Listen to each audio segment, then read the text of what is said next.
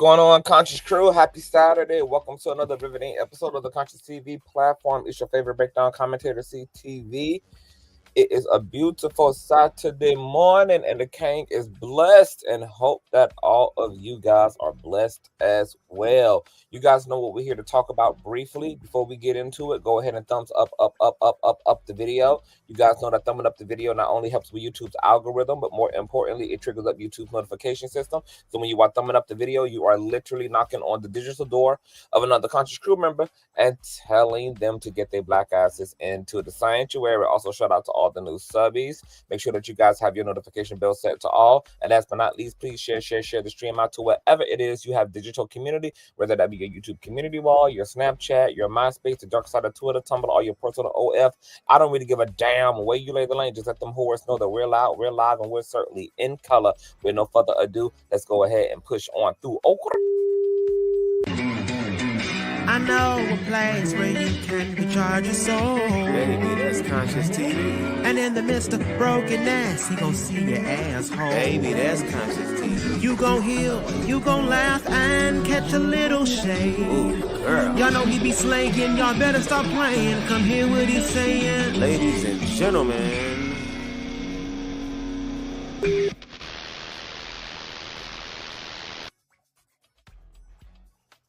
All right, let me speak to the Conscious Crew in the building. Grand Rising, Sin, Shayla, Max.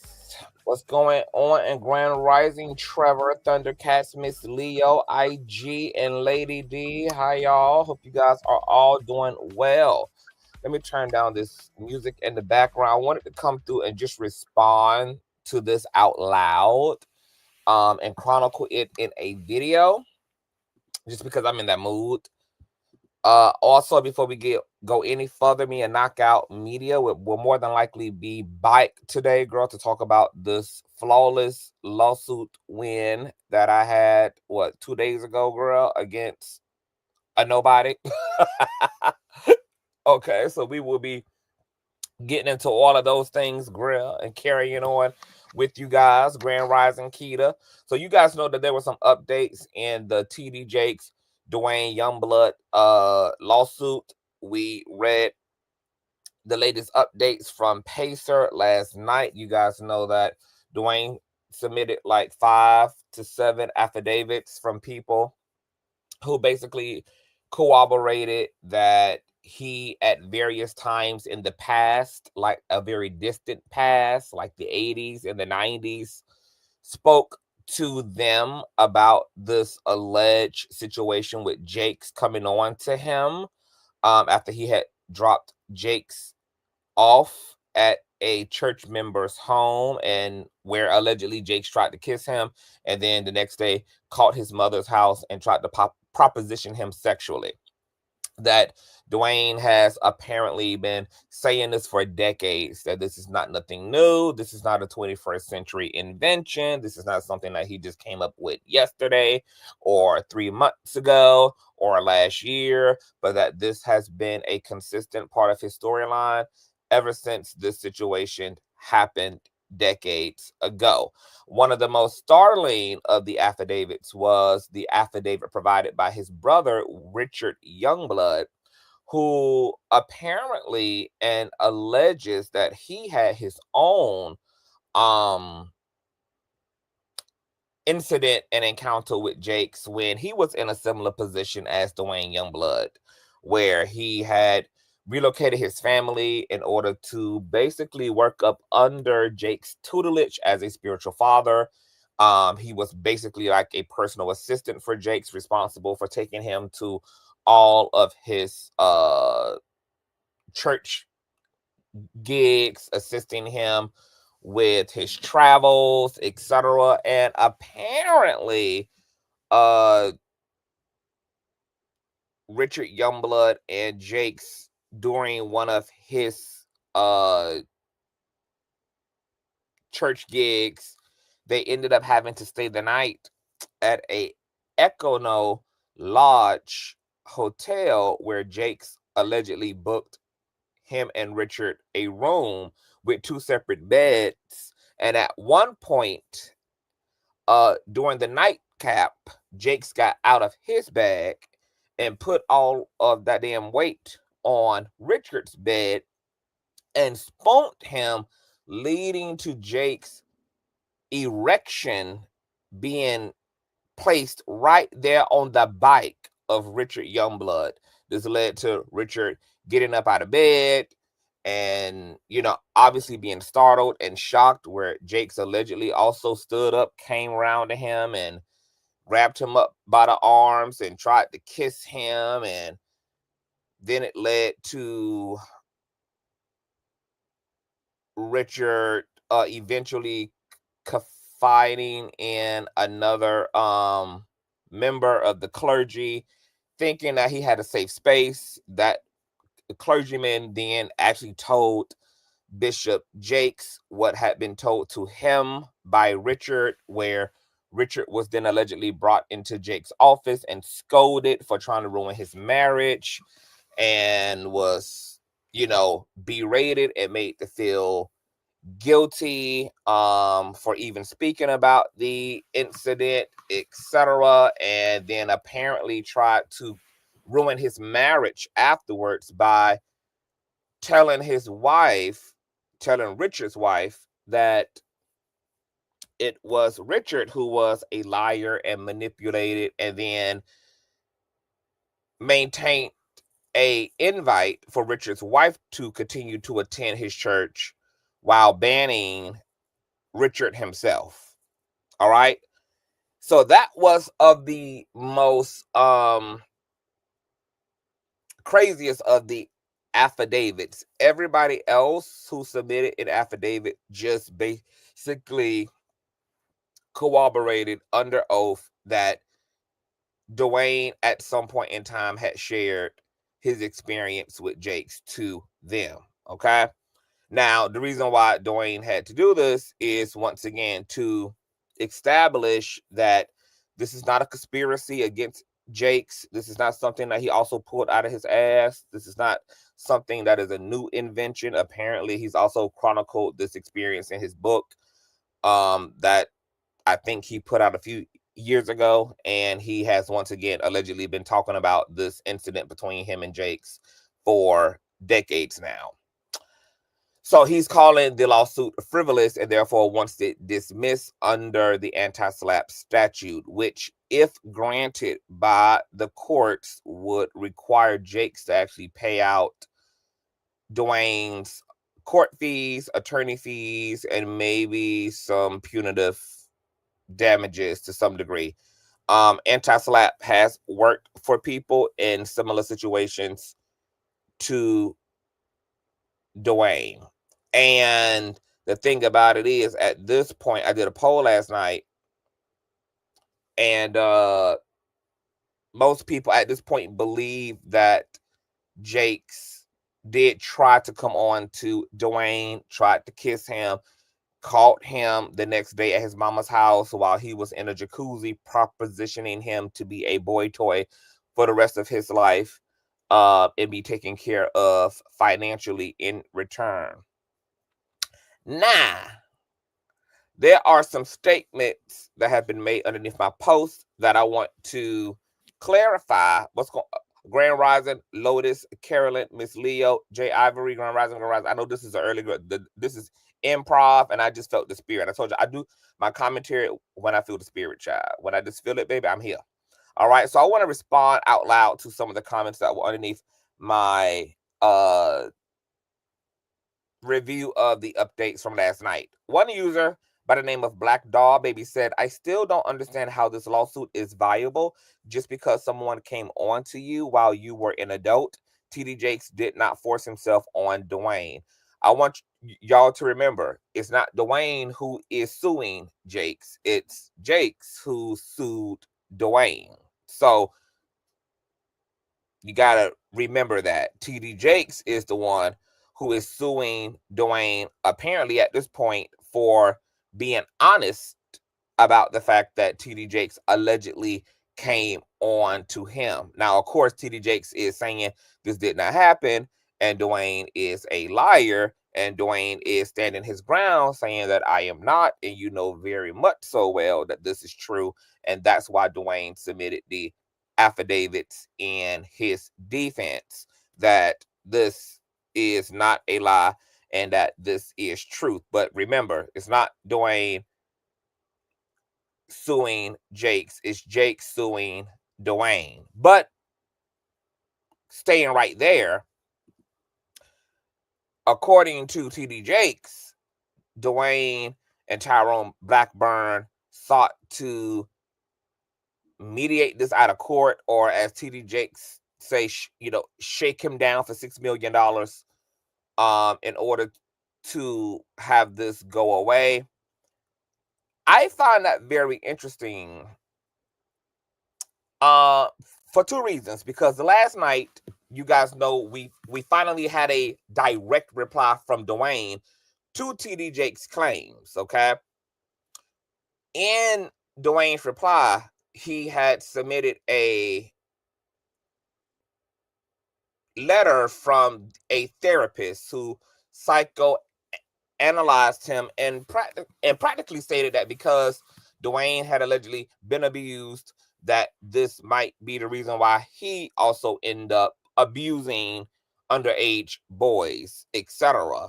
So apparently that is a phenomenon that can be produced out of people who have been victimized as children or as minors, can develop if they are untreated and they have not done the work and they have not got the healing and the professional help they need, can develop into abusers themselves. Now, this is just an explanation. It's not an exoneration. So it does not excuse, Duane's behavior. It only provides a context for his abuse and predatory behavior upon underage people. But what's fascinating about that is that the therapist who submitted that information on behalf of Duane also said and stressed the point that Duane has sought to be, rehabilitated and to use his platform, to just bring awareness to the systemic issues of the Christian church. And of course, in his attorney's response to the lawsuit, Tyrone Blackburn is also submitting on Duane's behalf that Duane is not attempting to harm or be malicious toward T.D. Jakes. He's only using his lived experience and only using his life and testimony as a way to bring awareness to the systemic issue of pedophilia within the church. That's where I realized Duane and Tyrone actually fucked up at. Because if that was the case, that Duane does not mean anything malicious and has only been speaking about Jakes in the context of trying to bring awareness to SA and religious sexual grooming, etc., then why in the hell were y'all trying to shake the man down for $6 million? Why in the hell did the same attorney, Tyrone Blackburn, who said in his defense of his client that his client has not meant well, his client has not meant maliciousness, is only sharing his story for the sake of drawing attention to a larger issue, but it's the same attorney that got under Larry Reid's TikTok video and said Duane has a case, he need to hit me up, and then attempted on Duane's behalf to shake Jakes down for $6 million in exchange for Youngblood being quiet. So you can't paint Duane Youngblood as a superhero on one hand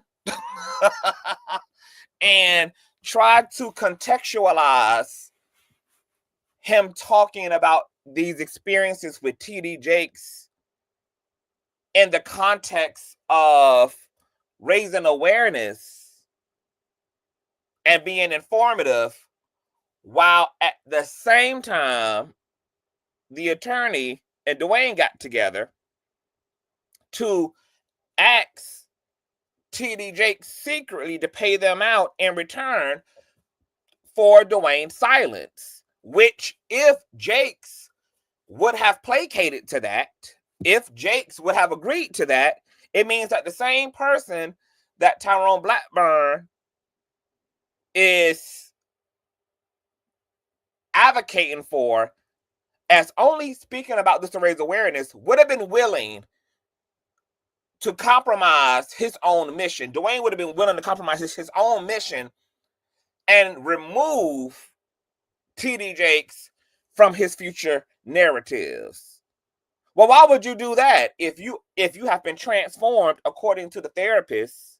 If you're out here doing the Lord's work by talking about all these predators in the church, but you are willing to proposition a alleged predator for a monetary payout, which only really benefits the predator, because you were willing then to not bring attention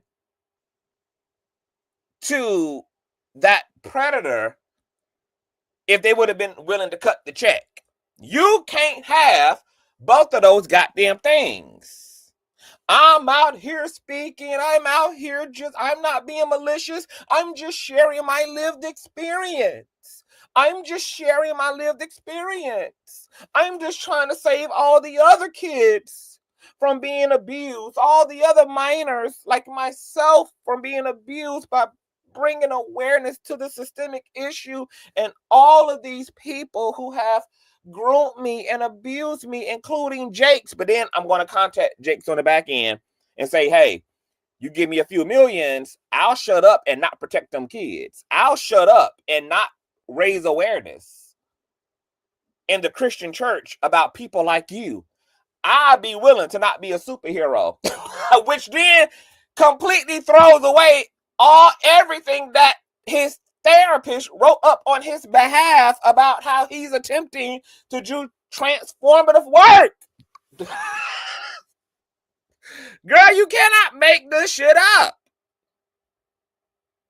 Hey, Lotus, sounds like they're out for personal gain. It is what personal gain is. Because here's the reality. T.D. Jakes would have never sued Duane Youngblood had Duane Youngblood not tried to shake him down for $6 million damn dollars. T.D. Jakes turned around and sued him because they were trying to, according to Jakes, extort him.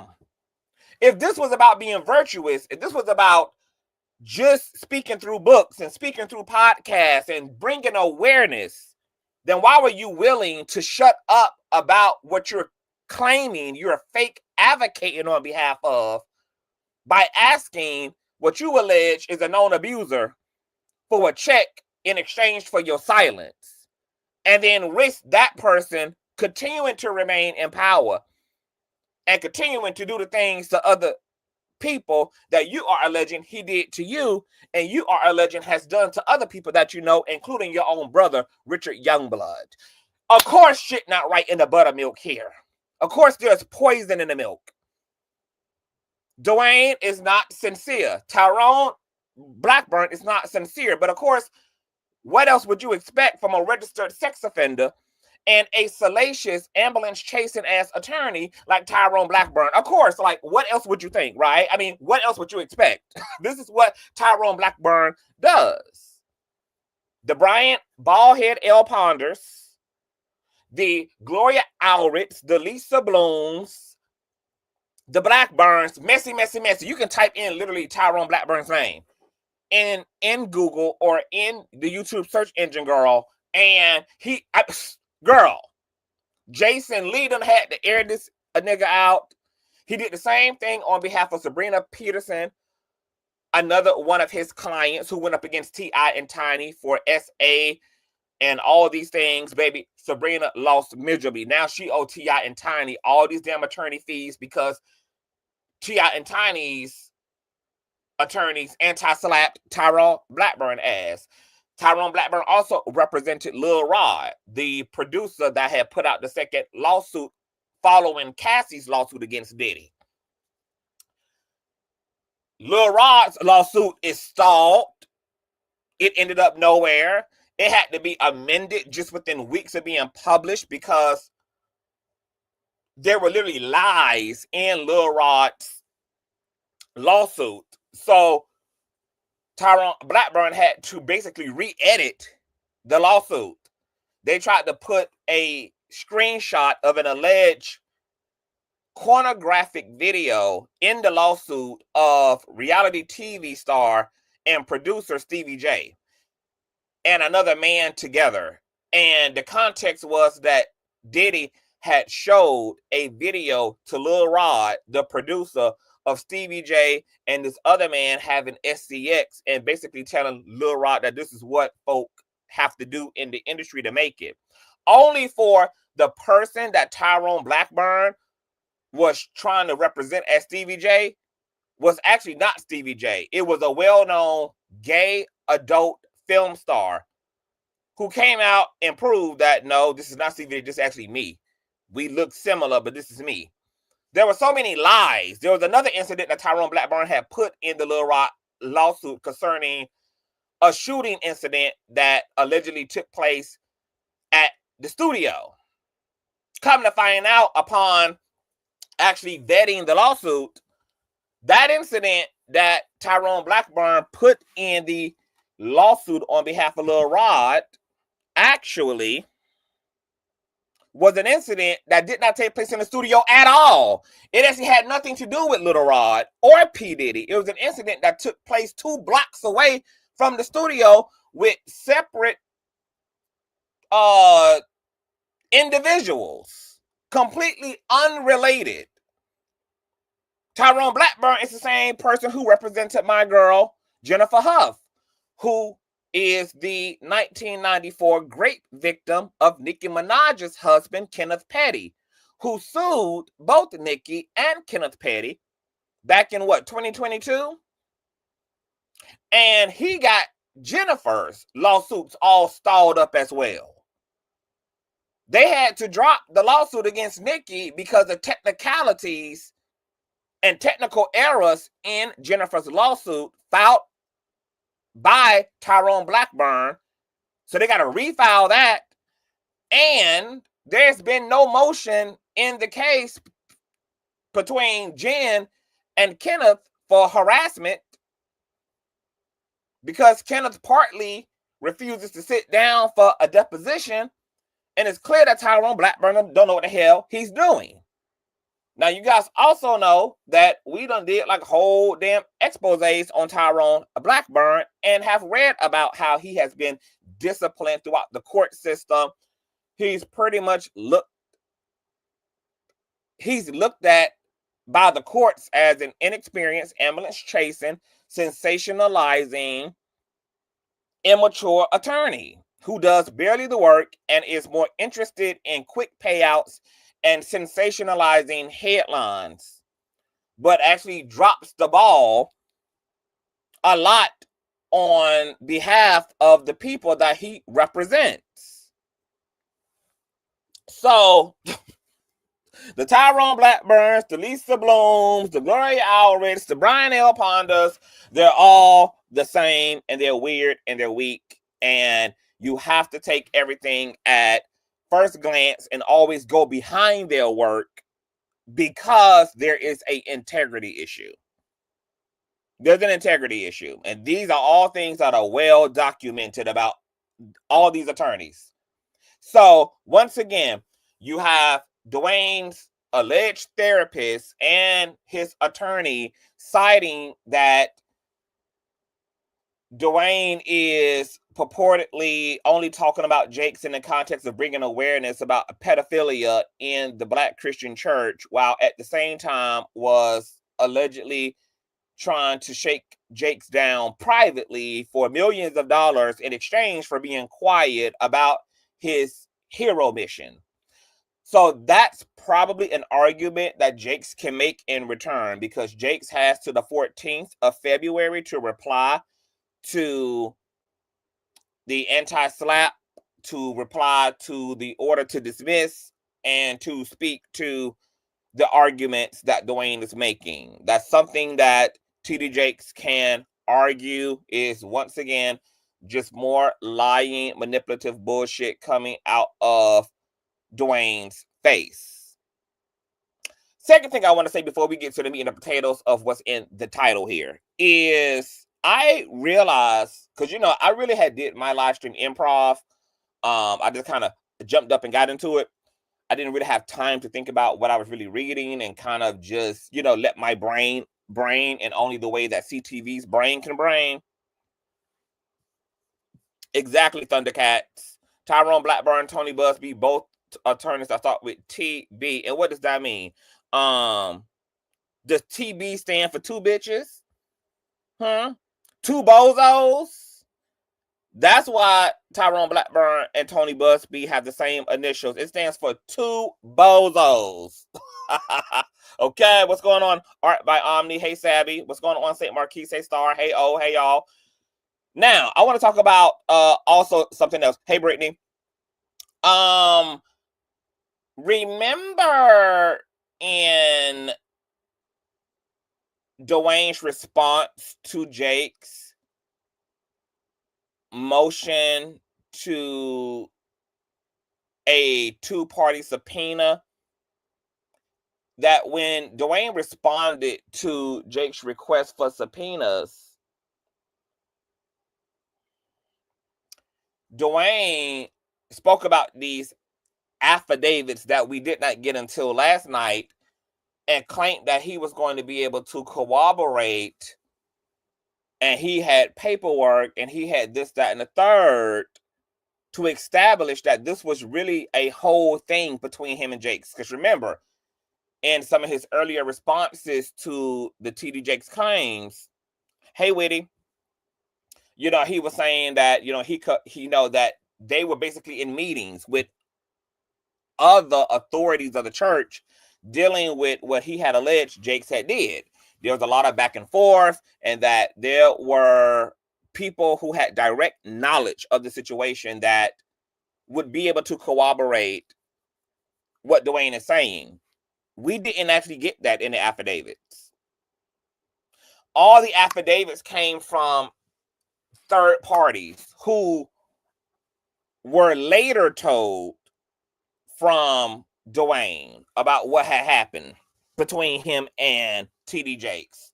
None of the affidavits we got were on behalf of any of the clergymen who sat at the administration table, who were trying to mediate the situation between Duane and Jakes.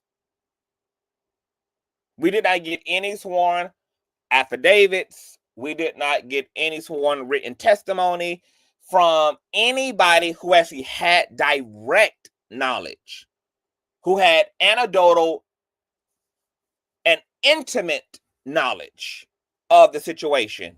Everybody that wrote on behalf of Duane were people that he later confided in years after the ordeal.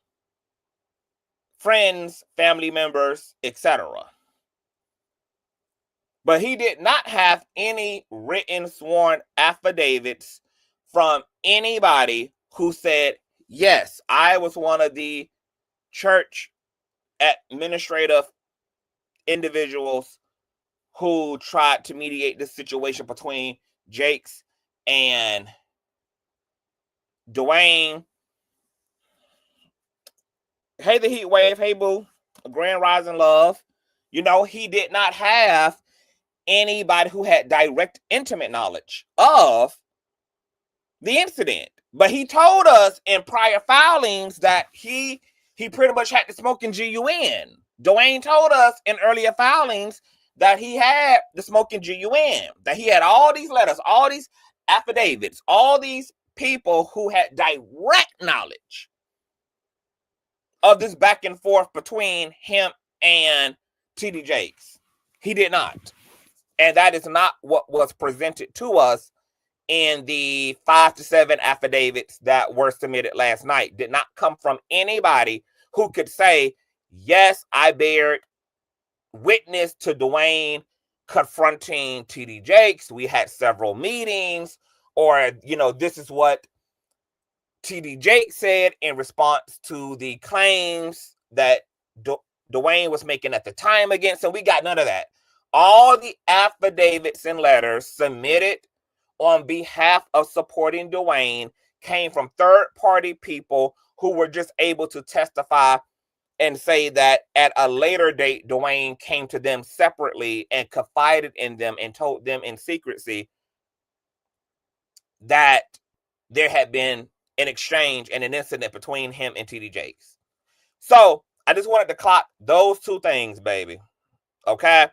So now that I really think about it, T.D. Jakes really does have some wiggle room here in terms of a response back to Duane, because his argument and plight really is not as large as it seemed last night when we initially read it. Now that I've had more time to think about this, Duane's response to this lawsuit last night is actually just a lot of fluff.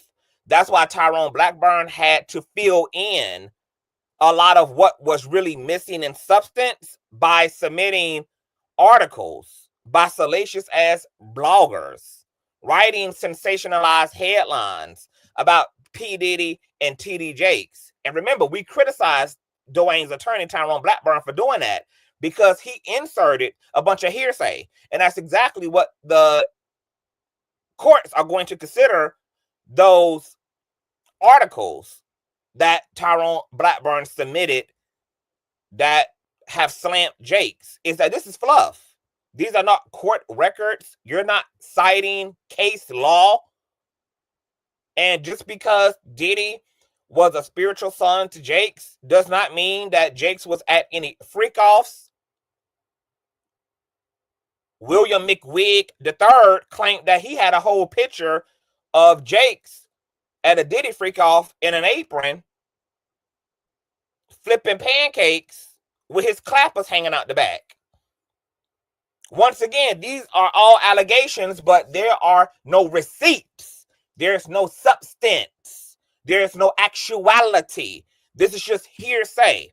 Hearsay, hearsay, hearsay, hearsay. Rumor, rumor, ruming. And I felt like Tyrone inserting those headlines along with the affidavits actually kind of weakened Duane's defense and really made it kind of circusy and kind of revealed how shallow Duane's defense really actually is. Okay, remember Tyrone Blackburn also inserted an article that spoke about T.D. Jakes allegedly paying off a family where a 16-year-old boy had allegedly been forced to give T.D. Jakes oral sex. But once again, those came out of articles. That's hearsay. That's not of substance. The article couldn't even name the family, nor provide any proof that there had been a settlement, that there had been a payout, a private mediation regarding these things.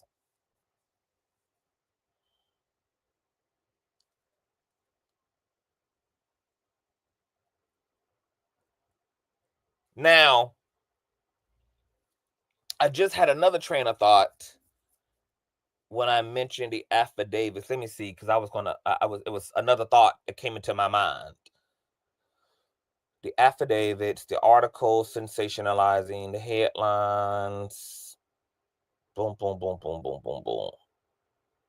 It might come back to me. It might come back to me. But yeah, so a lot of that was just fluff. It was really fluff. Now, the question here, because another commenter wrote underneath my video and said this.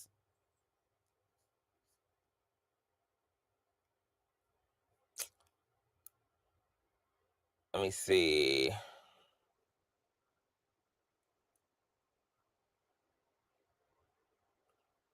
Let me see. Let me find it here. Let me see. Let me find it here. Let me find it.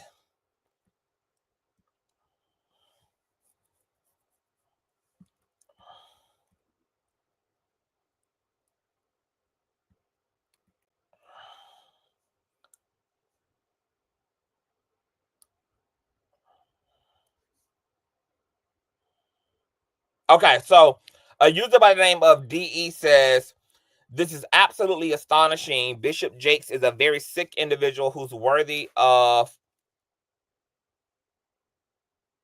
reputation, or maybe she meant retribution, not reputation, child. And also said that T.D. Jakes basically deserves to put on that registry alongside Duane. Okay, here's the thing. The problem with all this yabba dabba do about T.D. Jakes is nobody has done anything of substance. Even Richard Youngblood, he did not file suit against Jakes. He alleges an encounter where Jakes tried to come on to him, and he didn't do anything about it aside from share it out to his community, talk to Duane about it, and now put it in an affidavit, but he didn't file a criminal suit against Jakes, nor has he filed a civil one. He just has made a claim, just like Duane. He's made an allegation, but has not substantiated that allegation outside of it being just a personal experience that he has shared with other people. And my thought just came back to me, but I'm gonna get back there. Hold on, let me write down so I don't forget.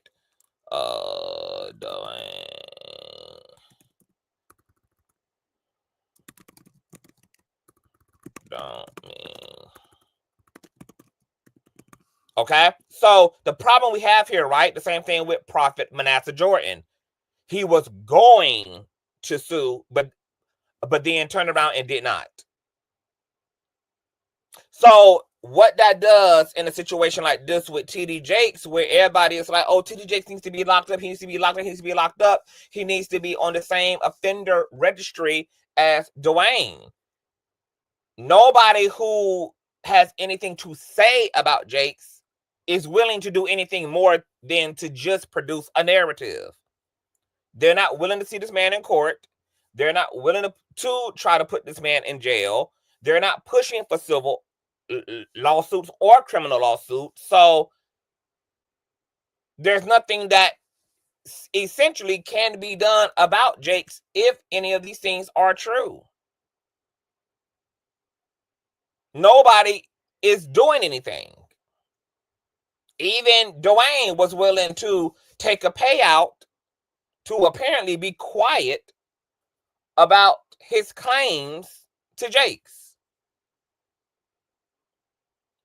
So on one hand, there's all this, oh, these monsters in church, these monsters of the Christian world need to be put away. But nobody's actually putting their ass away. Nobody's actually leading a charge. Nobody's actually doing anything outside of saying, well, T.D. Jakes tried to fuck me. T.D. Jakes tried to come on to me, which also is not necessarily SA either, per se. So how much of the claims that T.D. Jakes has come on to anybody even can be reduced to SA and grooming, especially when the people that we're talking about were all men and adults at the time. Duane was an adult when Jakes allegedly tried to kiss him and propose him, and his brother was a married man with children and the whole nine at the time that T.D. Jakes tried to come on to him. None of these people were per se groomed by Jakes.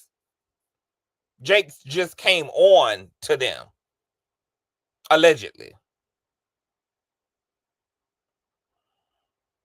So,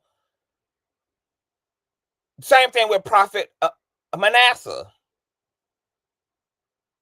It does seem that in the text, Jakes were seemingly flirting. But how much can you co-angle that into a whole litigation? You know, how much, it's a stretch from somebody flirting with you to SA, grooming, etc. Now, interesting thing about Manasseh is that Manasseh apparently was a spiritual son. So he might have had a plight that he could build upon in his claims. But once again, Manasseh disappeared, right? Disappeared off the radar. Disappeared off the scanner. Nobody willing to do shit. And you know what's sad about this? Manasseh, Duane, Richard Youngblood, is that it took Richard Youngblood to come forward about Jakes just to stand by his brother, who has to legally respond to Jakes suing Duane. And the real question is that if this man is such a monster, such a predator, such a liar, such an abuser, such a blah blah blah blah blah blah blah, why have you niggas put it in a book? Why have y'all talked about it amongst each other for decades? But why has nobody done anything of substance to hold Jakes accountable for his behavior? If these things are true in the way that they represent and present the truth. This is probably another legal argument that Jakes is going to be able to make. Hey, Pam, a blog. And that's my problem. What the hell is a blog? A blog is equivalent to a book. A blog is equivalent to a book. What is that? What is your pamphlet supposed to do? Like, what the pamphlet is supposed to do about a man who holds obtainable and tangible power and authority, who, if you let Richard, Duane, tell it, Pam, if Jakes was behaving this way early on in his ministry, just then imagine how much more of this type of behavior has gone on in the bird's nest of all that Jakes has now as a resource to encourage compliance, to encourage submission. He has clout, he has coin. All these things can be used as seductive tools to entice young people, weak people, unintegral people, struggling people, which then makes it possible for him to do what? To do more alleged abusing and grooming. And writing about it in a blog 7 years ago, like, there's nothing of substance to be done. And this is why this don't make sense to me. You got Tyrone Blackburn and you got Duane's therapist saying he's out here doing advocacy work. He didn't speak about Jakes maliciously. He's only trying to bring awareness to a systemic issue. That's counteracted and completely debunked by the fact that Tyrone Blackburn and Duane tried to get Jakes to settle out of court with them in exchange for Duane being quiet about the alleged advocacy that he's pretending to be on in order to scoot away from this allegation that he's maliciously trying to destroy this man's reputation. Then why did you put a price on it? If this is your life work now, according to your therapist, and according to, and on behalf of your attorney, that my client is out here trying to do philanthropy work, and he's out here just trying to bring systemic awareness, and he's out here trying to do, and he's out here trying to do this, that, and the third, and he's out here trying to do, oh my God, then why were y'all trying to shake the man down? Why were y'all trying to shake the man down for millions? Why was this hero of Gotham, who wants, all the future Potter's House minors to be potentially saved, would be willing to put a price on his anecdotal experience, put a price on what he's claiming and what his attorney and therapist are saying is advocacy,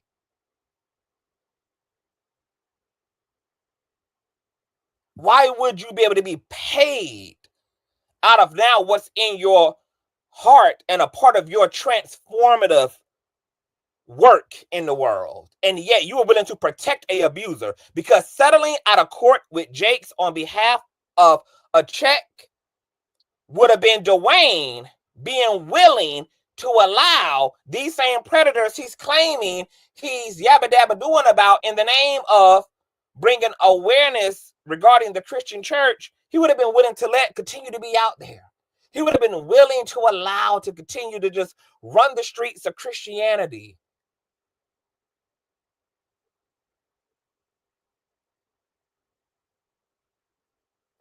Even if it's not a shakedown, Pam, the bottom line is, even if this was even if Tyrone Blackburn operated in protocol, etc., the bottom line is he was willing to be paid. But yet his attorney and his therapist are arguing that Duane is not being malicious. He's just sharing his anecdotal experience and sharing that based off of wanting to bring systemic awareness. Cassie didn't argue none of that. Cassie ain't never said, I'm advocating on behalf of minors. She ain't never said, I'm advocating on behalf of abuse victims. She ain't never said, I've turned my life working and I'm only talking about Diddy in my book, and only talking about Diddy in my Lifetime movie, and only talking about Diddy in my literature in order to bring awareness to the systemic grooming and SA that's all in and out of the entertainment system. Cassie didn't make any of those claims. Cassie just said, look, I'm about to say what the fuck happened to me, and you can either run me my check or the world can run me my check for this book that I know they're about to make #1, baby, on the shelves. She ain't lay out this whole New Testament message. You know who did, though? Y'all ain't got to take my word for it. Let's pull up the case. We ain't got to take my word for it.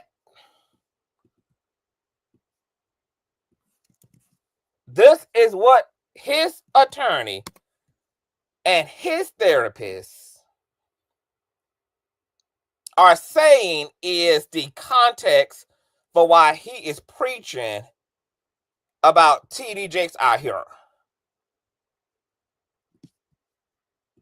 Let me pull up this docket. What was it in? Was it in the proposed order situation? Let me see. Let me see. Upon nope. Maybe it's in the supplement memorandum of law. Let's see here. Oh yeah, it's up in here, baby. This ain't long. Let me see here. Let me get to the situation.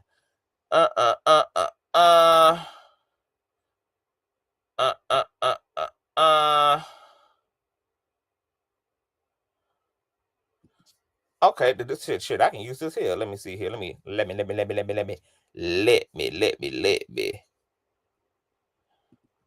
Good morning, everybody. A grand rising, everybody. Grand rising. Now check this out. And look at this line here, and there are like several lines like this. His public statements are part of a broader therapeutic journey rooted in a desire to heal and prevent others from suffering similar harm. Through this process, the defendant, Duane Youngblood, has taken responsibility for his past missteps and has become an advocate for survivors, exposing the pervasive issue of clergy abuse and calling for systemic reform. And all up and through this memorandum, this is what Tyrone Blackburn is arguing in order to convince the judge that Duane is not operating out of harm to Jakes, but only speaking about his anecdotal experience for the sake of advocacy work, for the sake of bringing attention to the systemic issues within the church. It's all up and through here, but yet you were willing to try to secretly mediate with Jakes out of court in exchange for your silence if he was willing to pay you those millions of dollars. You can't, both of those things are literally incongruent. They're incongruent. I cannot say Jakes did this, Jakes did that, and I'm speaking about that in the context of trying to save the world from the Jakes and people like him and people in power like him, and then nobody knows that I'm secretly trying to get a payout from Jakes so that I can be quiet about the very thing that I claim is the context of why I've been speaking about this man all these years. I cannot have that as a mission statement and as a context for slamming Jakes or stating or talking about him, and then be privately trying to mediate with this monster, this alleged groomer, this alleged pervert, this alleged predator. And the gag about it is, because this was going to be a private mediation, nobody would have even known had T.D. Jakes hypothetically agreed to do so. Nobody would have even known why Duane would have all of a sudden went quiet about Jakes. And the fact that Duane allowed Tyrone Blackburn to talk him into a case, because this is what Larry said, that Tyrone Blackburn commented under his TikTok video and said, oh, Duane has a case. He need to holler at me. And then, as a result of Duane hollering at Tyrone Blackburn then goes to commit scene to demand letters on behalf of his client for a private mediation. No, remember, Duane, you a superhero. Remember, you're bringing systemic awareness, right? You're trying to save all the other teenage boys like yourself who could not be saved. All the 19-year-olds like yourself who could not be saved. You're trying to save the future Duane Youngbloods from having the same traumatizing ordeal and experience, and yet you were trying to secretly mediate with this alleged monster, alleged groomer, alleged PDF file, alleged whatever you want to call Jakes, secretly, and you were willing to be complicit ultimately with this behavior, which once again is a direct contradiction of what your attorney is arguing on behalf of as virtue. I'm speaking about virtue and bringing awareness. Let's check out a letter from the freaking therapist who was trying her best, baby, to win the mill. She was trying her darnest, Pam. Because I understand demand letters. My argument ain't got so much to do with the legitimacy of a demand letter, more so than it does the direct contradiction of what they're claiming about the context of why Duane is speaking publicly about Jakes, which is to save the world, while he really was willing to allow this man to remain in power as long as he could get a check to go away. Hey, St. James, all saving was going to stop after the check was... That's what I'm saying. And if I were Jakes, this is exactly what I would be arguing, baby. Like, it's a lot of things not right in the buttermilk here. We have some major, blatantly, like, wide open contradictories, and Duane and Tyrone are trying to mix oil and water. They're trying to mix oil and water. Oil and water. You can't want to spare the world of T.D. Jakes and then be willing to protect him by getting a check cleared. Which one is it, Duane? And yet you're arguing this wasn't about maliciousness, which it may not have been.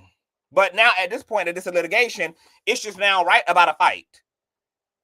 Tyrone has to fight for his defense. Jake's got to fight for his defense. So now, at best, what they can do is just poke holes in each other's character and just call out the contradictions and try to establish a basis for their argument that no, on Jake's behalf, This is a shakedown by Duane. These things are not true. This man only had proximity to me, but these things never happened. And because in all the affidavits that Duane submitted, he did not have an affidavit by anyone who could corroborate intimate knowledge. Anybody who was at that table trying to mediate between Duane and T.D. Jakes, all his affidavits were by third-party people that Duane confided in years later. People who had no intimate knowledge of this ordeal. Nobody from the administration. Duane had no paperwork to submit in terms of any disciplinary paperwork he might have had to fill out at the time against T.D. Jakes. He had nobody who was able to write anything on his behalf who had direct observations in the matter. Everybody else were his friends and family members who he later confided in. So there's nothing here that also substantiates the fact that Jakes did this. And he's only got one other person aside from himself in the affidavits that had a personal experience that was similar to Duane, which was his brother, which Jakes can argue, well, of course, your brother would want to come to your damn defense, even if it means lying. I mean, these are all arguments and fair arguments because nobody has any lick of proof. Duane still don't have no proof of his experience. He hasn't provided any direct fact or paperwork or picture evidence or anybody who could, once again, provide sworn testimony about direct and intimate knowledge. And because the only other person, if Pam, I want the link, she can come up. And the only other person who ironically has a SA story or a he came on to me plight is your brother. That's also very convenient. Just from an optic standpoint, because I personally believe Richard's account. But if I had to be a juror and I had to just observe this optically, I'm just like, well, that's also a fair argument. That this is your brother. Your brother would lie. Your brother would join in the fray. Your brother would help to falsify testimony on your behalf. This wouldn't be the first time. We saw what Kelsey did as it relates to Tory Lanez on the stand. You know, proximity, relationship, it matters. And people protect people. People protect people. Richard Youngblood loves his brother Duane. And once again, he did not provide any fact. I don't know what this would look like if this thing goes to trial. And then maybe Richard can also bring in his wife to help, to testify that her husband, had shared this with her and that T.D. Jakes did try to come in between their marriage by, allowing her to continue to come to church. But, But once again, that would then be his wife. So I'm like, and then once again, it provide all these people who got a claim, but nobody ain't did nothing of substance. Prophet Manasseh, his whole thing was put in this filing. Prophet Manasseh is another one who didn't do a damn thing, nothing. He did all that talking, and he let Larry talk for him, and then he didn't do shit. He just went away, like they all do. Richard Youngblood had this whole experience. He never filed a civil complaint, nor a criminal one against Jakes. And to be honest, what was he going to really file when he was a grown-ass man at the time that Jakes was trying to come on to him? Now, unless coming on to people is equivalent to sexual harassment, then, I guess, baby, they might as well build up as many prisons in the United States as possible, because almost all people are guilty of flirting and shooting their shot at people. Some people have been a bit more aggressive in their flirting, okay? I would say getting in the bed with somebody and putting your hard-ass dick on their bike, baby, that's a lot. Okay? I wouldn't even consider that shooting your shot per se. Okay? That probably definitely is in the line of what's very, very inappropriate at the very least. But hell, a woman coming on to you and squeezing you into her breastises and her bosoms can be considered the equivalent. A man hugging on his crush, happening to have an erection, could be, these things happen. But if you get into bed with somebody and pull up on them with a hard dick that they did not ask for and did not consent to, definitely in the lines of harassment and can be in the family of inappropriate. But my God, today, my point is, these people who want to see T.D. Jakes put on a registry, these people who want to see T.D. Jakes put in jail, you have to then put pressure on the people who willing to talk about Jakes but ain't willing to do shit about him. Manasseh talk shit about Jakes and ain't do shit about him. Duane been talking about T.D. Jakes but ain't do shit about him. T.D. Jakes sued him, not the other way around. Matter of fact, according to the demand letter, the private mediation requests, Duane was willing to also do nothing about Jakes as long as the check cleared.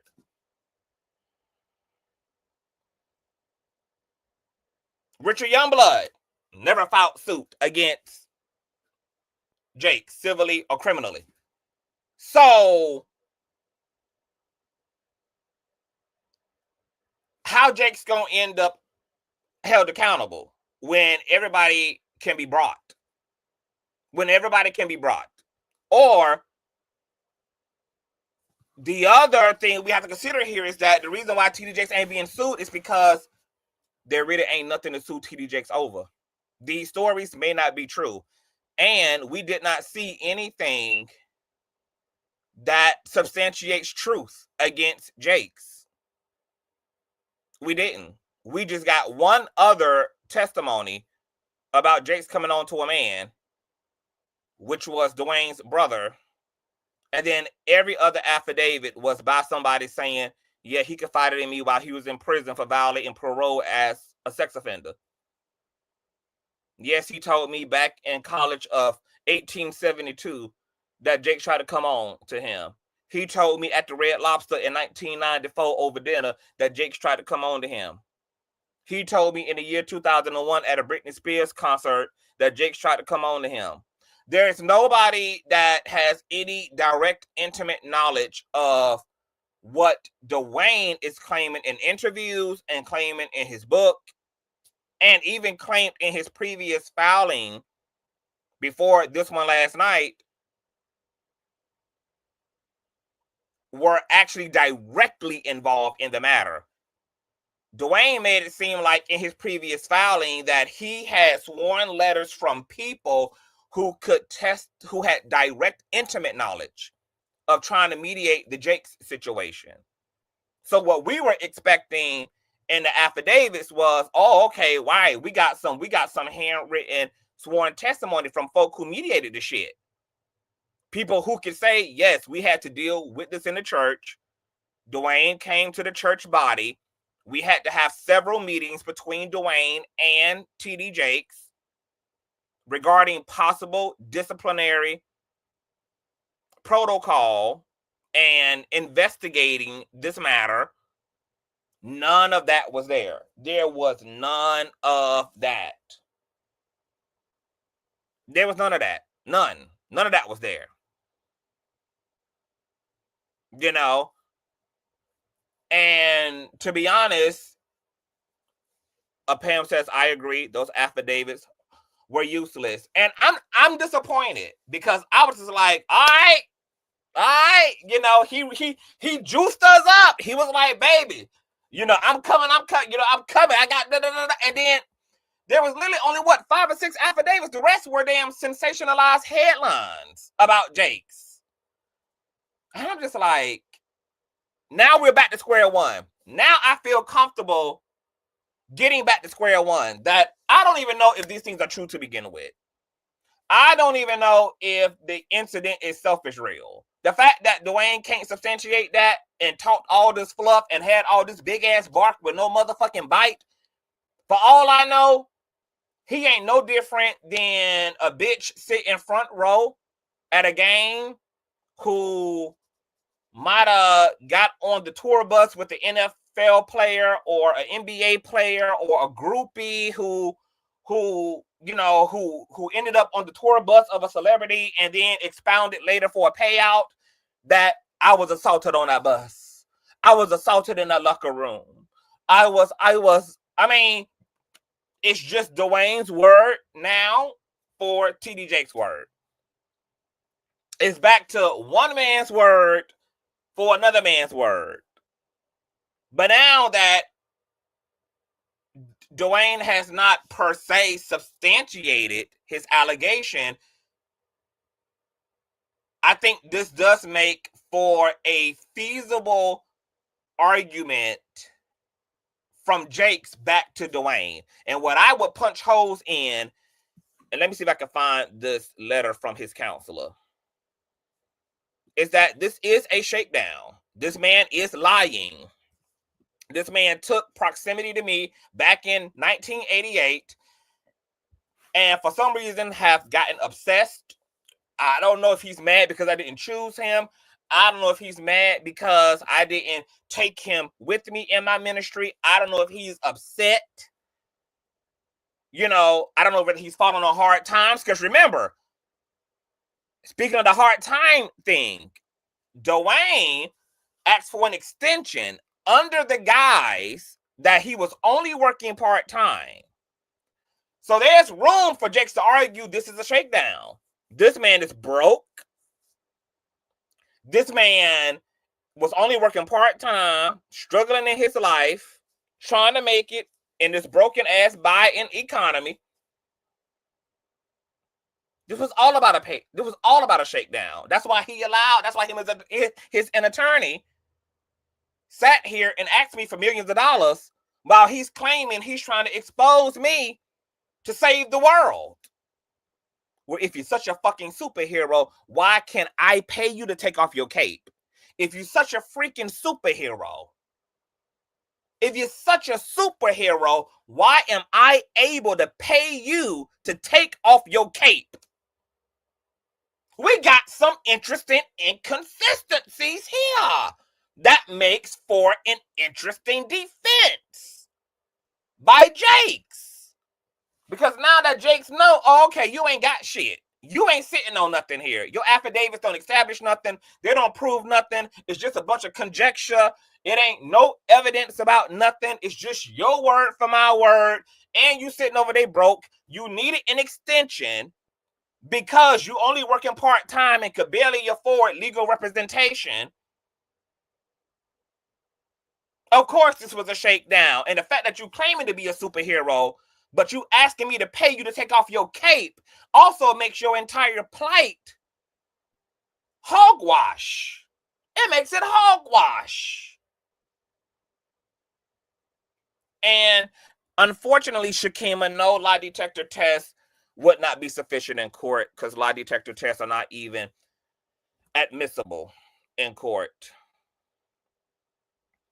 So I'm gonna have to change up my stance from last night. Actually, I'm gonna give this to Jakes right now. I think that Jakes has a feasible path to victory. At first glance, because I really wasn't paying attention, but not paying attention last night when I was covering this, I was like, oh, Duane seemingly has it.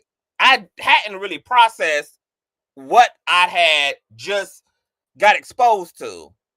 But now that I've had time over the last several hours to sleep, baby, and my brain has brained in the middle of the night, my subconscious has done what it does, baby.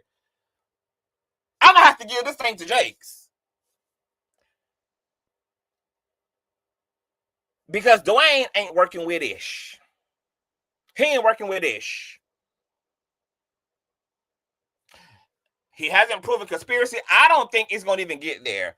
I'm not even sure if Jake's going to take another swing at that unless he let his lawyers really convince him that, look, we didn't get the expedited subpoenas, even though the court said, look, I'm just not going to expedite it. Now, I may reconsider it when when it evolves to discovery, but I'm not going to expedite it because you ain't produced a feasible argument for why I should escalate discovery on your behalf under a suspicion. And at this point, it ain't even a reasonable suspicion. He to your point, Pam, did not prove that. And they may circle the block on that. I got a feeling Jakes might not even touch that at all, or maybe now he will. Maybe now he will, because see, me and Pam's attitude too was that Jakes was fishing.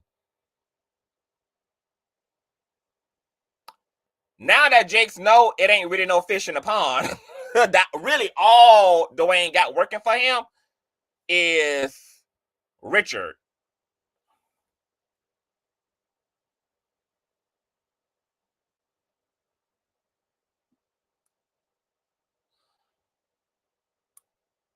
And maybe even Larry.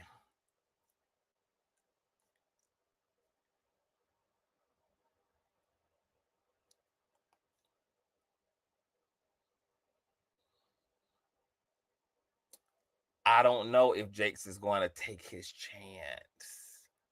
I don't know what Jakes going to do.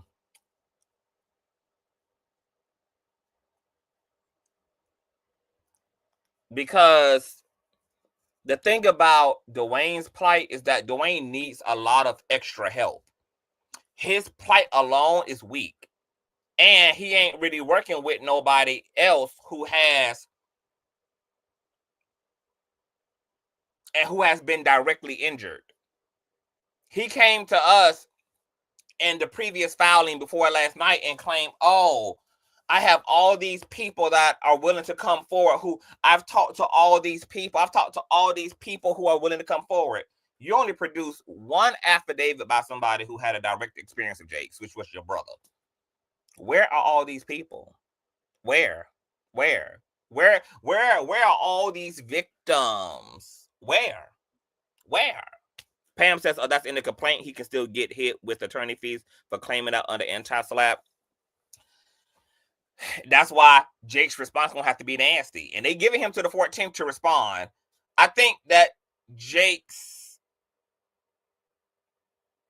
can still reasonably fight for himself in this situation. I feel like the Duane winning is 50-50.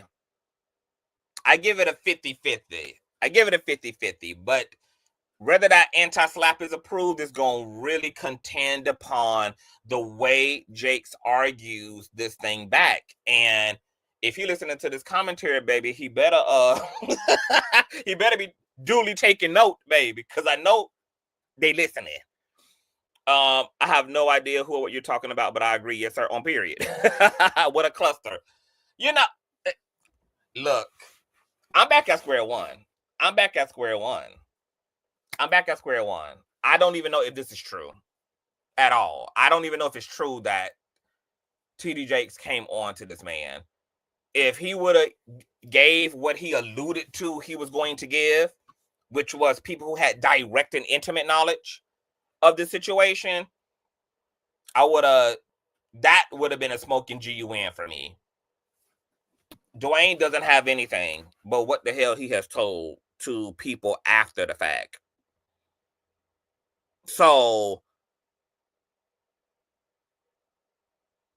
for all I know, Duane is either telling the truth about Jakes or he's lying, like people do and have, simply off of proximity. Look how many people have claimed, oh, I was with this person and we had sex, or this person did this and did that to me simply because it was your boss.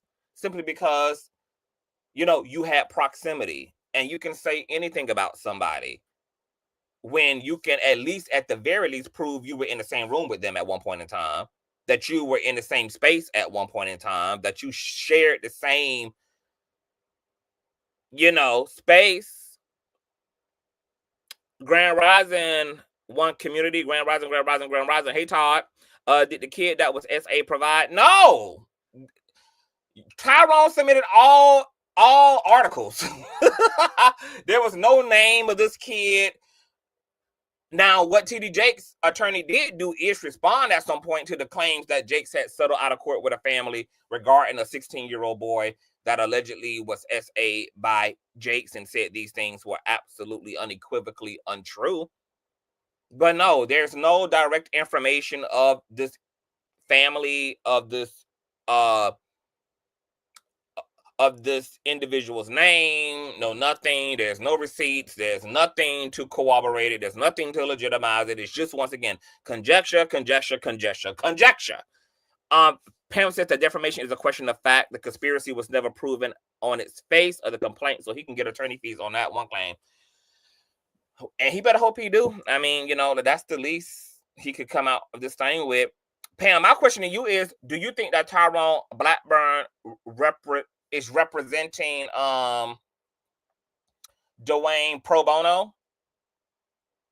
Because I know that Tyrone has in the past represented pro bono. I believe he represented Jennifer Hugh in her litigation with Nikki and Kenneth Petty pro bono. Do you think he is representing Duane pro bono? However, this response is not to prove that he was a victim. That it's just to prove that he has been talking about it forever. He said that he was represented. Oh, he is.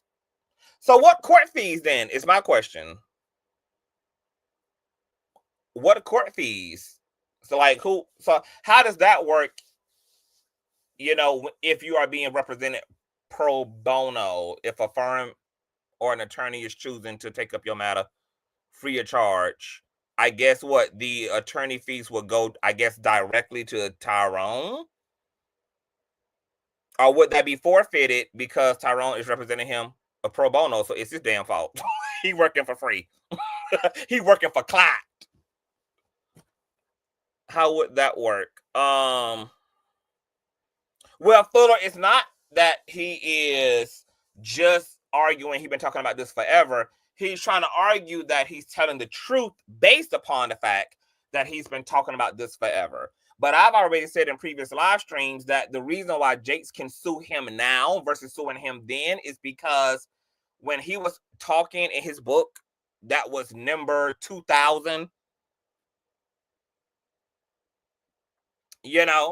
that was way in the back of Barnes and Noble, when he was just talking about Jakes in their local community, there probably wasn't enough injury for Jakes to actually sue him over. When it comes to defamation and shit, you got to prove that you've been tangibly injured. It's not as easy as like, oh, this person is simply lying on me. If the courts were willing to simply allow people to sue over the fact that somebody is lying on you, I mean, the courts would be backed up by 2 centuries.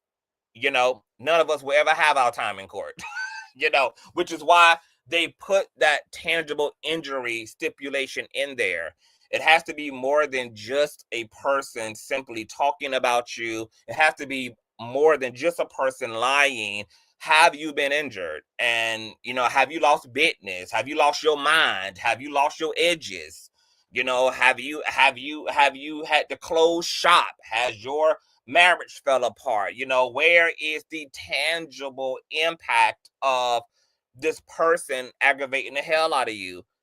So when he was just confiding back in the day in his folk, I mean, I'm sure Jakes was like, that's not even worth my time, my effort, my energy. However, now that he's spoken out, now that I'm a global public figure and I'm a notable individual, and he's spoken on a platform and those allegations have went viral, now baby, I got a lawsuit. Okay, I can't sue you then, not because you wasn't lying on me then, but because there wasn't enough injury for me to argue a defamation lawsuit against you over. Now that I'm somebody and I got something to lose and I got Wells Fargo deals to lose, I have a ministry that can be lost. I have sponsors that can be lost. I have things that can be lost, and your statements have been viewed and heard by millions of people. Now I have a claim. If I was Jakes, that's the way I would argue this back, baby. Like, you can't argue that I never sued you because you've been telling the truth. And I've had all this time to hold you accountable, but didn't hold you accountable then because the claims weren't viral. Yeah, baby, I had to wait till those claims created reasonable injury. And now I can argue that. Pam says he said that he was representing him pro bono. Yes, okay, it goes to the attorney. Some people, oh, baby, this makes it even worse, Pam. Pam, this makes it even worse because no wonder Tyrone Blackburn said you got a case. What Tyrone Blackburn meant was, I got a case. I'm gonna take your case on,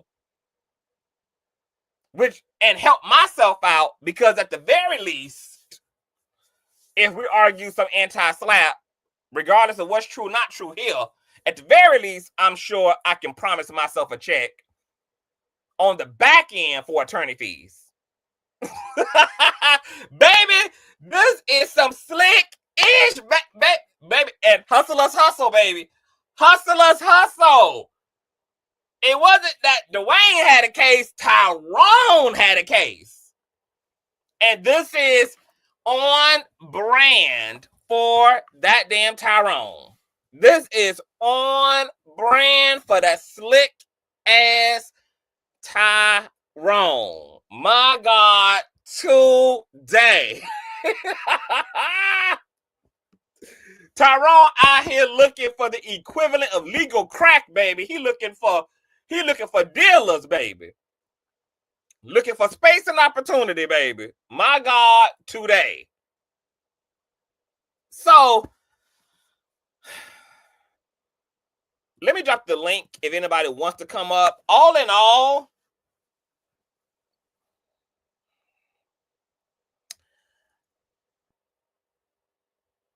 yep, the winner in this is Tyrone Blackburn.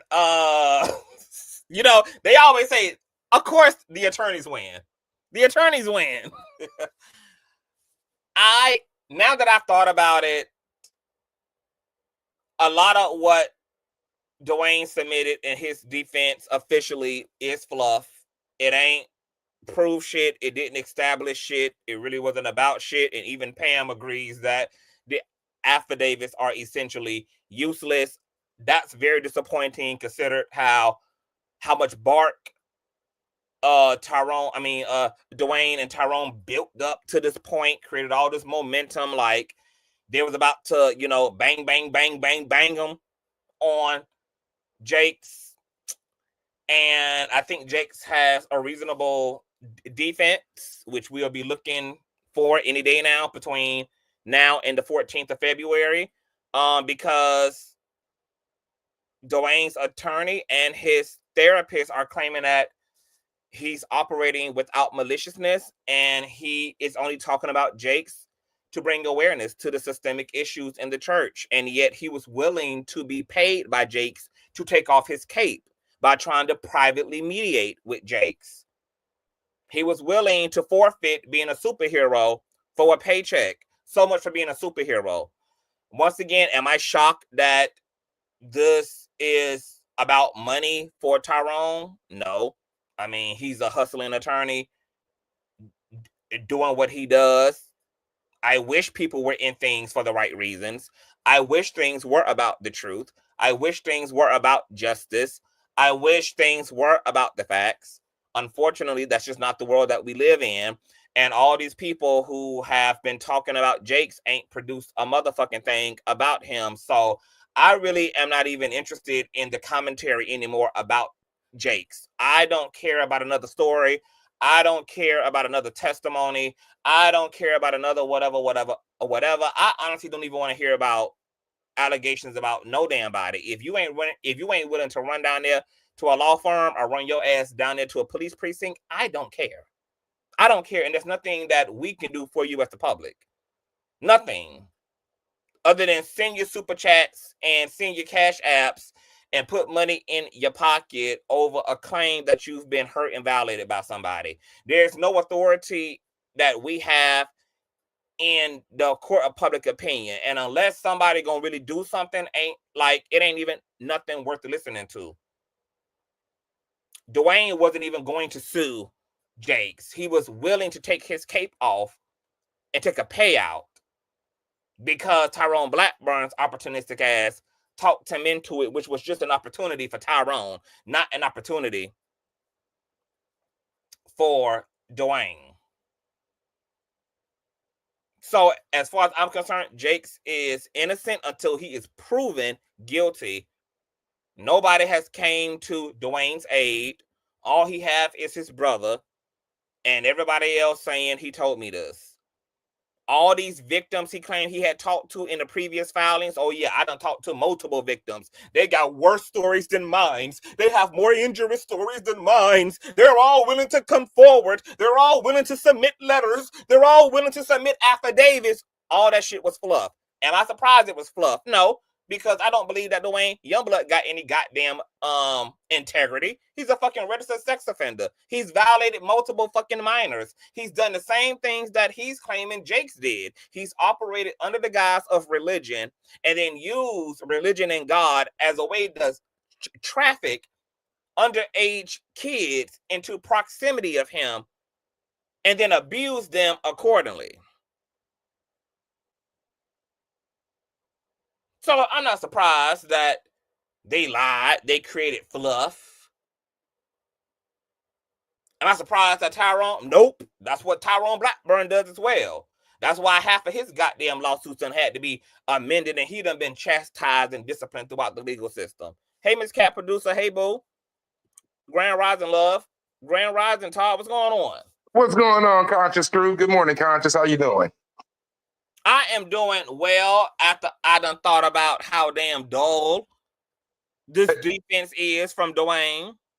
You know you're on to something because remember how I said that you can't really do an accurate depiction unless you have like some type of comparative analysis. And what I did was I sat down and compared this to what Tony Busby is doing to Jay-Z, right? Because we all know that Tony Busby has absolutely nothing. However, there's a picture circulating with him standing next to Donald Trump. Donald Trump has put in enough federal judges to be able to make nothing out of something, right? So I'm beginning to think that you are absolutely correct with this because, again, what is there to gain out of this other than getting paid, the attorney getting paid, right? That's why I said down there, I said, wait a minute, he's fishing for them IOUs, damn. Two things were trying to happen here. Just like in Tony Busby's case with Jay-Z, Tony Busby and both Tyrone Blackburn were banking on T.D. Jakes being sensitive enough about his reputation to settle this out of court, even if it wasn't true, for the sake of not wanting to deal with any of the publicity and the craziness to come out of the situation. Tony Busby was banking on the same thing with Jay-Z. I'm sure that Jay-Z, regardless of whether this 37-year-old autistic woman is telling the truth, considering how high level of a celebrity he is, doesn't want this stuff ending up in a court filing. He's not going to want this stuff ending up in paperwork. He's not going to want to be dragged through a litigation. Of course, he's probably going to want to settle out of court. Of course, he just want to go ahead and get this over with. Tyrone Blackburn, in my opinion, was banking on the same thing. Right. That T.D. Jakes was going to take this line down. He was going to slide a check over and go on about his life. And Duane Youngblood got Uli opt when Jakes filed that damn suit in return and said, no, ma'am, you looking for me, baby? Itch, here I go. Itch, here I go. Itch, here I go. Here I am. So now that Jakes done called them on a bluff, now we here. But Tyrone Blackburn still has a possibility of walking away with something. Well, he walks away with two things. First of all, clout. He gets to connect. He gets to be connected once again to another high-profile litigation, and for two, he gets to walk away possibly under the anti-slap that Pam had mentioned, with at the very least attorney fees are paid to him, even though he's representing old boy pro bono. And I have another question as well, right? Now, if this lawsuit fails, because we all know it's going to fail, could this in turn present some type of precedence that T.D. Jakes can use in a court of law to prevent other things like this from real people coming out and stopping him? He could always say, well, they've already tried this before and it didn't work, right? Would that be even a viable strategy against somebody who he actually did something to? No, he can't stop anybody else from coming forward if they're going to come forward. He can't create anything in the law that prohibits people from holding him accountable criminally or civilly. Nobody has that power except the president, apparently. Right. who can be pardoned from all his damn convictions and felonies. But no, everybody else got to be seen in court if somebody petitions them. Oh, okay, good. Because but to people's point, some people believe that Jakes sued Duane in order to intimidate people from coming after him. Some people are saying that about Jay-Z as well, even though Jay-Z case is factualist and baseless in terms of the allegations against him. They've already been debunked by Alex Spiro, but nonetheless, Jay-Z has doubled down not only on, doing what he's doing in that case, he's also turned around and sued Tony Busby for extortion. And they believe that that's also to send a message as well, that these celebrities are not going to play. Cardi B seemingly established that when she sued the ish out of Tasha K. Not going to play. So, are these celebrities suing because they also are wanting to send a message possibly to everybody else who may have a genuine plight and case against them to think twice about it, because they will respond to the call? I mean, that's always a possibility. And do I believe that T.D. Jakes is squeaky clean? Probably no. I mean, it's been alleged that he has boyfriends. It's been alleged that he has, boy toys, etc., which are not things that are illegal. I mean, if he has an understanding with his wife, then it is what it is. Even if he doesn't have an understanding with his wife and he's cheating on her, that's not a criminal. Those are moral and ethical issues, not criminal issues. Damn, like you said, this is socially diabolical, right? Like, damn. See, this is why I tune in right here, right? Because I learn things. Damn. Yeah, I mean, and this is the thing, right? I really don't know where this case is going to go. I don't know what the judge is going to do. I don't know what, because I just don't know. I feel like this could go either way, to be honest. Like, the judge might push this thing through a trial, and based upon the fact that Duane really didn't respond with anything, really, not really, that's a clear path forward to victory for Jakes, including trying to vindicate himself through this litigation. And he got some things that I believe he can argue in his defense. And one of those things, like I said, is first and foremost,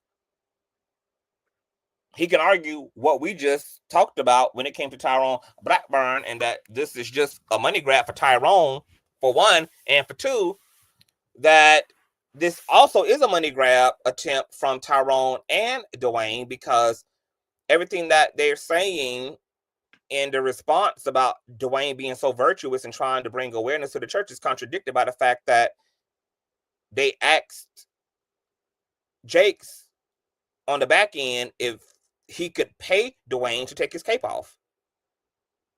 Man. Now, here's another question I'd like to ask if I could. Now, was Duane ever employed by the church, right? Could there be some type of, sexual harassment in the workplace claim, right? Was he ever like an altar boy? Was he ever anything in the church like deemed that would be deemed a position? I'm not too sure about his exact position at the time, or whether he was just a attendee and a member. I do know that churches have their protocol, and I do know that in certain states there are protections in place to protect members from abuse of power in the church. Some of those laws are very vague, very general, and they are, per state, and only in certain states where you can be held civilly or criminally liable as a person of power or authority in the church, and the weaponization of that power. And according to Duane, like, he did try to confront this situation at an administrative level when it came to Jakes, which is why we thought we would see the receipts from that, because in the prior filings he was saying practically that he had people that could directly corroborate these things and that these things occurred, and it led us to believe that he was going to bring in people who were mediating at that time, because according to his interviews and all of that, he claimed that there were like several confrontations between him and Jakes after these incidents, and that there were other elders involved who tried to sit them down to mediate, to get to a bottom line, to get a resolve, etc. So there were people, according to Duane, who directly got involved in this thing at the time, but those people didn't.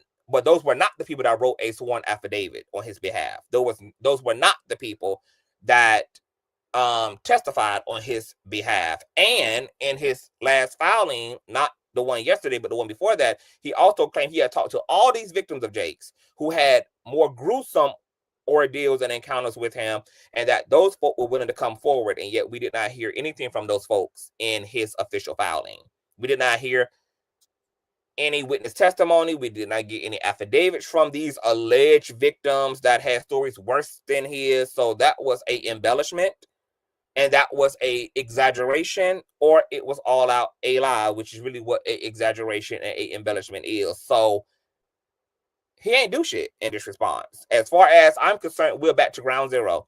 That I'm not even sure if what Duane is saying about Jakes is true. And what's interesting is that in Duane's previous filing, he submitted pictures of himself at that time that Jakes was in town and was a guest speaker. But once again, that could also be the argument. You have used the fact that you had proximity to me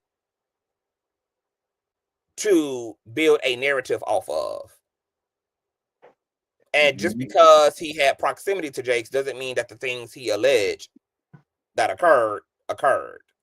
And because Duane is the one coming in as a sex offender, with multiple convictions, and is coming in as a pedophile, I'm like, I have to question the sincerity of any of his claims.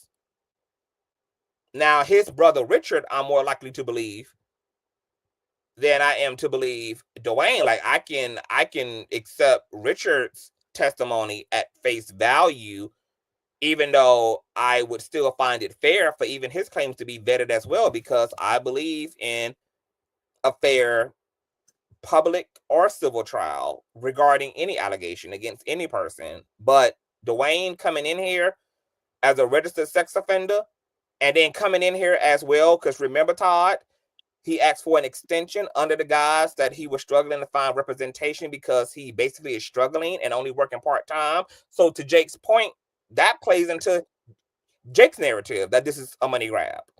Y'all niggas get broke, y'all hungry, y'all on Roman noodles, living in cardboard boxes, and y'all trying to run down on a bad bitch. Man, my God. Yeah, you're right. It doesn't look like he have anything, but man, we have seen stranger things. And do you think, here's another question I would ask. We're talking about social dynamics and how the system works, right? Mhm. Because now we're living in a different climate, right? Would they be inclined just to put TD Jakes on the carpet because he is TD Jakes and he's African American, right? To try to tie him up in the system, right? Could that also be a possibility? Okay, say that again. On what carpet? On the court carpet, just to drag him into court to, just to, Yeah. I mean, right, because they're doing it to Jay-Z now. I believe they're about to do but this this to is the thing, Jay-Z, though. right? This is the thing. I wouldn't see T.D. Jakes as a victim because he's the one who initiated the court. So I would assume that's what he wants to happen. He wants this thing presented to a grand jury. He wants this thing brought to trial, and he wants to take Youngblood down this hallway. Wow. And then one more question as well, right? Those that are in proximity of Duane, right? They could be in some type of trouble, right? If this does go to discovery, because then he can figure out who's doing what and how they're doing it. Because everything doesn't methodology have to be established in court as well? Because I'm not very well versed on court, so court law. Yes, and if there is foul play, I mean,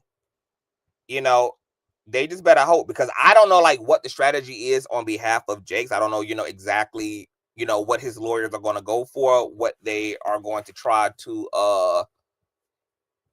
what they're going to try to drag up from the graves. I don't know, like, how far they're going to go in, but if there's foul play, people better make sure that their correspondences through email and text messages, etc., are sincere, and that there is nothing there that is man-made and manufactured, and that there is no plot and no intentional conspiracy. Because when TD Jakes goes to subpoena a Google for those emails, or subpoena the phone records, etc., yeah, it could open up a litany of issues that could just turn into an issue for everybody, as who's testifying under oath.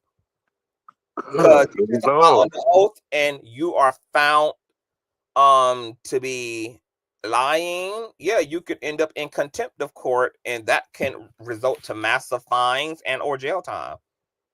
Good Lord, have mercy. So yeah, it's a mess. And with us knowing that Jakes is already trying to get to discovery, because he believes that there is a conspiracy against him. Like the judge said, I'm going to deny you expedited discovery, but once we get naturally to discovery, maybe we can revisit these things.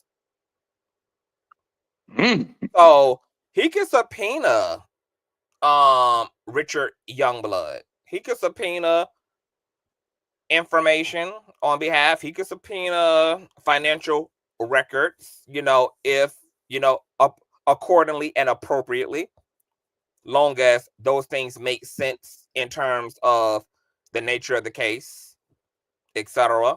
And Jake still has a lot of times to amend his complaint. He can just go ahead and list Richard, the brother, as a co-defendant. He can even go ahead and amend it and list Larry as a co-defendant. And the judge basically told him, it seemed to me that you already know that there is a conspiracy and you know exactly what's going on. So don't use us, though, to try to get the evidence for that, especially when we are like several procedures far out from what you're asking for. Just go ahead and just amend the goddamn complaint, and then just let it be brought to discovery and do what it do.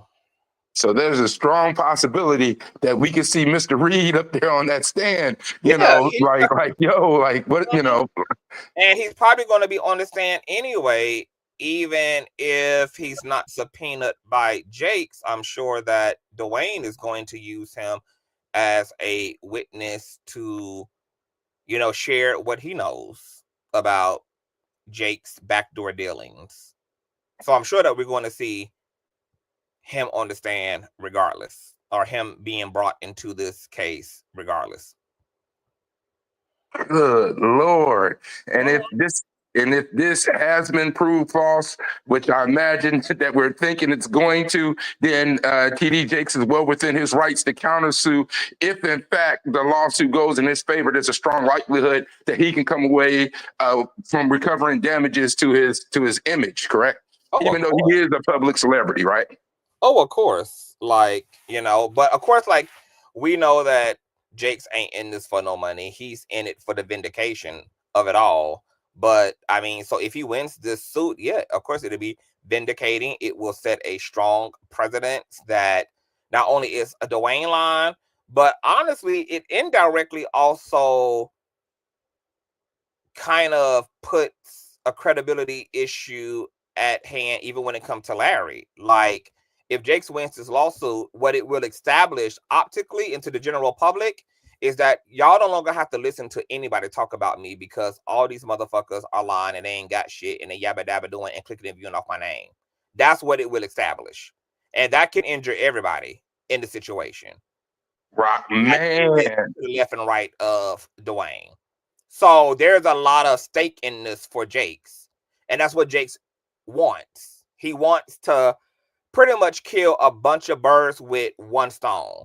Like, I'm going to take out Larry Reid's credibility as well as Duane's, because really Larry is the only influencer that really, you know, probably talks about Jakes, maybe, I guess, more than anybody, than any other influencer. And it's the one who has for years alluded to this, alluded to that, you know, said this and said that. So he is trying to take out two birds with one stone in the situation. And that's what Jakes wants. He wants pretty much to take the gas out of the Larry Reids and out of the Youngbloods. And if he wins, that essentially is what he's going to accomplish.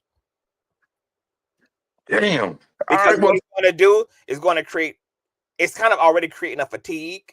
Like, I already now have fatigue, because I'm just like, oh, okay, like, Duane Youngblood didn't have shit in his response. He didn't have a goddamn thing in his response. So that lends me now more to believe that this this idea that Jakes has done foul things and criminal things, that, I mean, if it's not going to be substantiated, then as far as I'm concerned, it ain't true.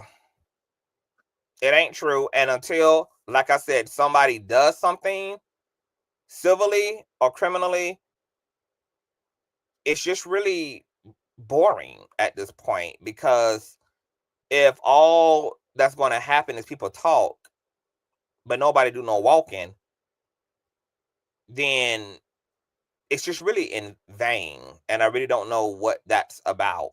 And like I said, I don't know why a man like Duane would be trying to present himself as somebody who's trying to bring awareness to the church because of people like Jakes, but then Jakes could pay you to take off your cape. Like, you know, that just makes this all so shallow, and it creates a big disinterest in even hearing about Jakes at this point. You know, once he's won, I know for me, I don't care. I don't care about anything else that anybody got to say about a Jakes. I'm only going to care if I see it in the court system. If it ain't in the court system, I don't give a damn. I don't care. I don't care. I don't care. I personally do not care. Duane had an opportunity to really give Jakes that work. This was the opportunity for everybody who has, quote unquote, been victimized by Jakes to take up their arms and to run to the battleground. And the fact that Duane lied to us and said he had talked to all these victims who were willing to come forward, and nobody came forward but his brother, basically.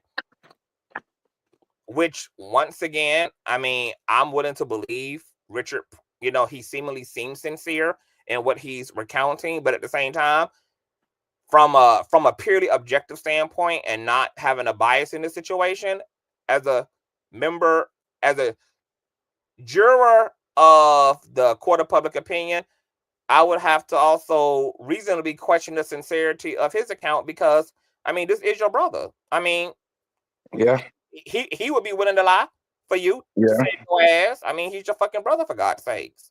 I mean, that's what loyalty looks like. So, you know, this interesting, you know. So anti-slap, will it be approved of? I don't know. If Jakes is smart and clever and he can see some of the massive holes that were left now in the response from Duane, and he can see that there's fluff here, he can get out of that anti-slap thing, and he might be able to continue to drag him through a litigation to trial that could lead to victory on Jakes. And right now, I'm going to swing the pendulum to Jakes. It doesn't seem that Duane is working with anything aside from his claim. And his claim basically boils down to his word against Jakes. And with him coming in as a registered sex offender and not having any real proof to substantiate his claim, he has no real evidence to identify that this matter happened in the way that he claimed and that the following events happened in the way that he claimed. The only people bearing witness on his behalf are people who he shared the incident with years after the fact, but nobody with direct, intimate knowledge of this ordeal. So it's Jakes for the win until whatever. But I don't know how strong or weak Jake's argument is going to be in return. So I'm curious to see what Jakes is going to do in a response. Yeah, you're right. It's leaning towards T.D. Jakes, and I guess do you have any predictions? after listening to everything in totality, yes, I believe that in doing some type of comparative analysis, the one thing that that Duane also is suffering from is that he got short arms and deep pockets. Right? T.D. Jakes is loaded, man. He can just drag this out forever and put him in some type of legal peril where he just says, the hell with it. I ain't doing it no more, right? Yeah. T.D. Jakes is, T.D. Jakes for the win here. Jake's got the kind of money that literally does not cost him.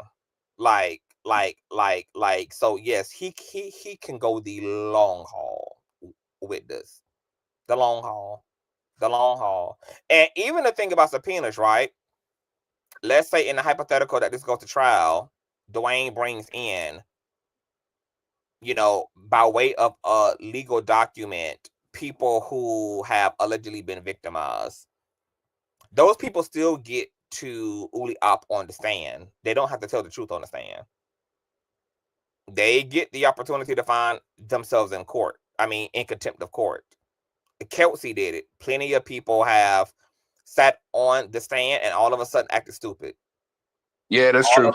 All of a sudden couldn't remember this. Don't recall things happening like that. Got shook. Said and barked a lot of shit privately. But then when it was showtime after the Apollo, you know, turned into Freeziana, started glitching.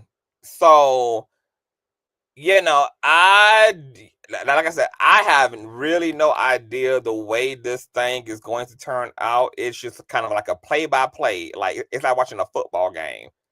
You know, I'm just watching play-by-play. I don't really know what the end gonna look like, who gonna really take it home.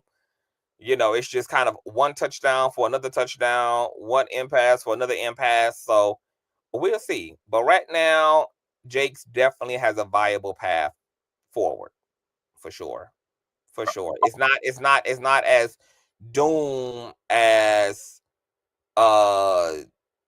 it's not as doom as it appeared at first glance. Awesome social analysis, Conscious, as usual. Thank you so much. Hey, thank you guys. I have to go. Thank you guys once again, and thank you for answering all my questions, Conscious. You're incredible. Thank you, Mr. French. Have a great day. Okay, y'all too. Take care, Conscious crew.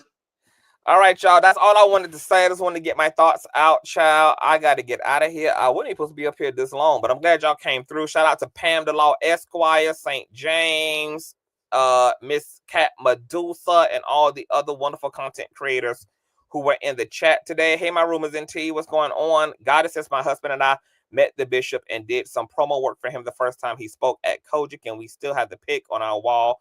A great man, right? You know, and hell, you know, T.D. Jakes may not only be a great man, he in fact may be an innocent man.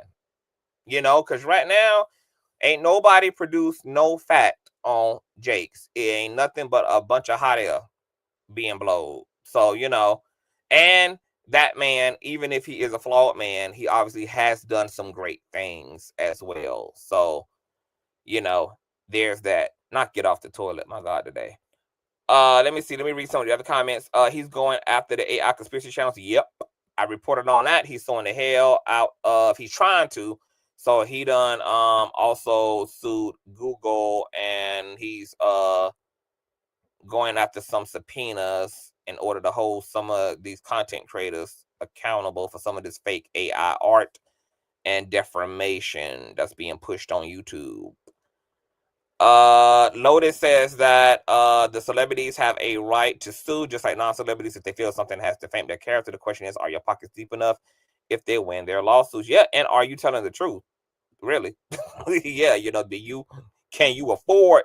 Can you keep up? Can you afford it? And do you have the truth? Grand Rising Wade. Hey y'all. So I'm gonna get out of here.